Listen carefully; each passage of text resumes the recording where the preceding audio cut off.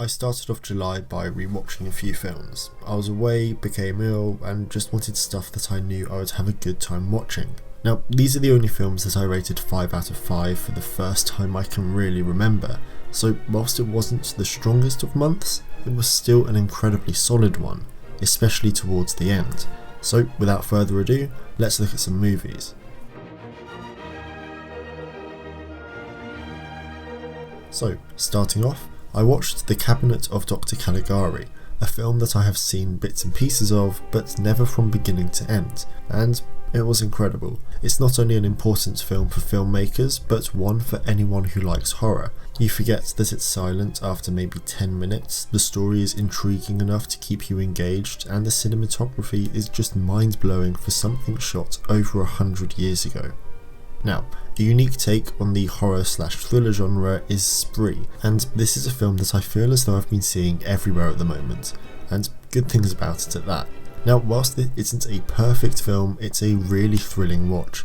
Kiri is a brilliant psycho, the story feels rather fresh, the cinematography is unique and a great lesson in storytelling on a budget, and it's kind of the first thriller that feels relevant to the social media age. On the other end of the spectrum, Pusher. Now, it would be a lie to say that I didn't watch this just for Mads, but I ended up being really engaged in the story. Nicholas Winding Refn has just continued to blow me away with his style of storytelling, and there are bits in here that actually remind me of the Neon Demon storytelling wise. Robin Hood Men in Tights is a film that I felt as though I'd seen, and I hadn't, but it just kept getting better and better. Kerry Ells is brilliant as always. I was a bit surprised to see Dave Chappelle and Patrick Stewart in there for that matter though.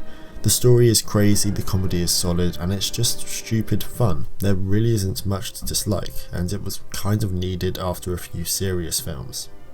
Run Lola Run was the most hectic film I've seen all year, and I was actually expecting to fall asleep watching it because of how late it was, but I just couldn't turn away. It's engaging from the first minute, the look is really unique and adds to the atmosphere of the film, the pacing, whilst quick, was perfect, and that soundtrack, it'll be hard to find a better one on this list. When it comes to Ghost World, I wasn't really sure what to expect. It just looked interesting on Mubi, so I put it on, and I loved it. Steve Buscemi was a pleasant surprise, and I've been seeking out his other indie films from this time ever since. The story is interesting, but it's kind of just a look at a crazy life. But most films I like are like that, so when you pair it with an incredible cast, solid cinematography, and some funny moments, you get a really satisfying watch. Now, I know this film gets a lot of slack, however, Wonder really wasn't as bad as I was led to expect. Sure, it's sad, but it's happy at the same time, gives you hope, and actually ends up being a feel-good film. It's very Oscar-y, but that isn't necessarily a bad thing. However, I was really disappointed in the fact that Owen Wilson didn't utter the word. Wow! I was really excited to see that Bergman Island was on Mubi, and whilst I did wait a lot of time for it, it completely met my expectations. The setting was dreamlike, the acting was superb, and I truly can't get enough of Tim Roth. The story was compelling and only slightly confusing, and the cinematography was an absolute joy to watch, although it made me realise I really needed to watch more Bergman.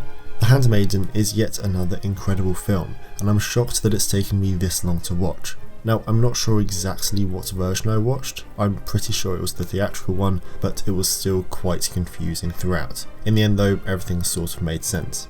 However, to touch on the cinematography for a moment, the use of anamorphic made me feel weirdly claustrophobic, which I don't usually get. I understand that it was most likely a stylistic choice and one that was chosen to make you feel that way, but it just made me uncomfortable, which I guess is a testament to cinematographer Chung Hoon Chung.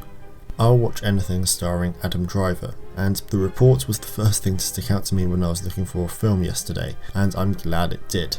It's an incredibly interesting and thought-provoking watch, the performances are incredible, spoiler alert, but there's actually a conclusion to the true story which is a nice change from other recent films that I've watched, and it's kind of just a good film. I'm not really sure how else to explain it. Anyway, I hope you enjoyed this video. Notice if you did have a recommendation for an analysis, leave it down below. Thanks so much for watching, and maybe I'll see you next time. Bye!